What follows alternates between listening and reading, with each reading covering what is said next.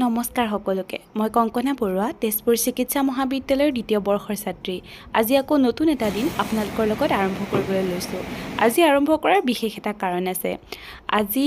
আমাৰ ক্লাছ আছিল 10টা বজাৰ পৰা সাধাৰণতে 8টা বজাৰ পৰা থাকে আৰু এনেকুৱা দেৰিকৈ ক্লাছ থাকিলে মই ৰাতিপুৱা সময়খিনি প্ৰায়ে বৰবাদ কৰি দিওঁ আজি ভাবিলো ইউটিউবৰ ভিডিঅ'কে আৰম্ভ কৰোঁ তাৰ লগে লগে ময়ো অলপ প্ৰডাক্টিভ হ'ম কাৰণ লাষ্ট উইকৰ গেট টু মাই প্ৰডাক্টিভ ৰুটিনৰ যিটো মোৰ আৰম্ভ হৈছিলে ভিডিঅ' তাৰ পৰা মই বহুত বেছি প্ৰডাক্টিভ হৈ গৈছিলোঁ আৰু এই হৰ্ষিতা ইমান মৰম লগাকৈ ব্ৰেকফাষ্ট কৰিলোঁ আমি দুইজনীয়ে তাৰপিছত মই পঢ়িবলৈ আৰম্ভ কৰিছিলোঁ এষ্টেমা আৰু কফৰ বিষয়ে মই আপোনালোককো তাৰ বিষয়ে অকণমান কম বাৰু মই যি পঢ়িছিলোঁ কাৰণ মোৰ ভিডিঅ'ৰ পৰা আপোনালোকৰো লাভ হ'ব লাগে হয়নে নাই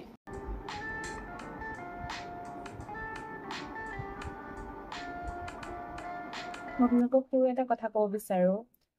আমাৰ যে কফ হয় কাহ হয় তো আমাৰ যিটো শুকান কাহ হয় সেইটো আমি ৰখাই দিব পাৰোঁ সেইটো আমাৰ কোনো হাৰ্মফুল এফেক্ট বডিত নকৰে কিন্তু যদি আপোনাৰ প্ৰডাক্টিভ কাহ অৰ্থাৎ স্পুটাম অৰ্থাৎ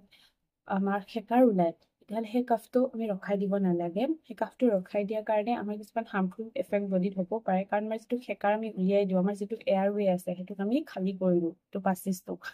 গতিকে যেতিয়া আপোনাৰ কফ ওলায় সেই কফটো উলিয়াই দিব লাগে আৰু কালি এটা বস্তু পঢ়িছিলোঁ মই টিউবাৰকুলোচিছত টিবি অৰ্থাৎ তো টিবিত কি হয় আমাৰ আপুনি যদি গম নাপায় আপোনাৰ টিবি হৈছে কিন্তু আপোনাৰ কাহ হৈ আছে আৰু আপুনি কাহৰ যিটো কফটো যিটো আমি শুনিবলৈ বেয়া লাগে হেকাৰটো সেই হেকাৰটো আপুনি গিলি দিছে ধৰি লওক আপুনি ৰাতি শুই আছে পেলাব মন যোৱা নাই আপুনি ধৰি লওক বিজি হৈ আছে কিন্তু তাৰ কাৰণে আপোনাৰ বেয়া এফেক্ট হ'ব পাৰে টিউবাৰকুলোচিছৰ বহুত কেইটা পৰ্যায় আছে টিবি তো আপোনাৰ এইটো হাৰ্মফুল ইফেক্ট আপোনাৰ বডিত হ'ব পাৰে গতিকে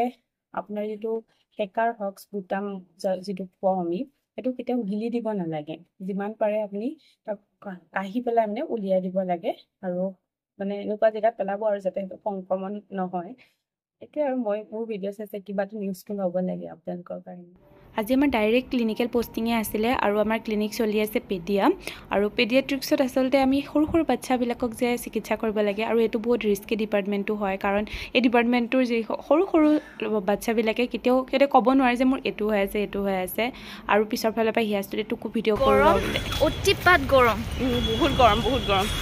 এচি এটা লগাই দিব লাগে গৰমত মানে ক্লাছ কৰাটো নৰ্মেল হয় অকণমান মানে থিয়ৰী প্ৰেক্টিকেল তেনেকুৱাকৈ ক্লিনিক যোৱাটো মানে হস্পিটেলত যে বহুত গৰম হয় ক্লাছ পাইছিলোঁগৈহে যেনে তেনে তাৰপিছত আকৌ গ্ৰুপত মেছেজ আহিলে যে আজি ফৰেঞ্চিকৰ ক্লাছটো মৰচুৰিত হ'ব মানে আমাক পষ্টমাৰ্টম দেখাব গতিকে আকৌ গৰমত গ'লোঁ আৰু উপায়টো নাই আৰু আজি অলপ দুখ লাগিছিলে মানে মানুহৰ জীৱনটো কেনেকৈ শেষ হৈ যায় নহয়নে বাৰু কিন্তু হ'লেও আমি কৰিবই লাগিব সেই পেডিয়াট্ৰিক্সৰ জীৱন আৰম্ভণিৰ পৰা আৰু পষ্টমাৰ্টম জীৱন শেষৰলৈকে আজি ক্লাছ আছিল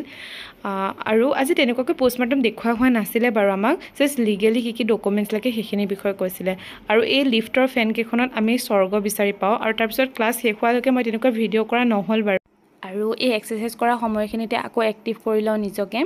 ক্লাছৰ পিছত তাৰপিছত ইমান ভাগৰ লাগিছিল ন তাতে ইমান গৰম পৰিছে মই শুই গ'লোঁ অকণমান আহি পেলাই এক্সাৰচাইজ কৰি মেলি তাৰপিছত আকৌ লাইব্ৰেৰীলৈ যাব ওলালোঁ কাৰণ লাইব্ৰেৰীলৈ নগ'লে মোৰ তেনেকৈ পঢ়া নহয় কিয় নাজানো মানে মই ৰুমত পঢ়িবই নোৱাৰোঁ আজিলৈ আহিছোঁ বাই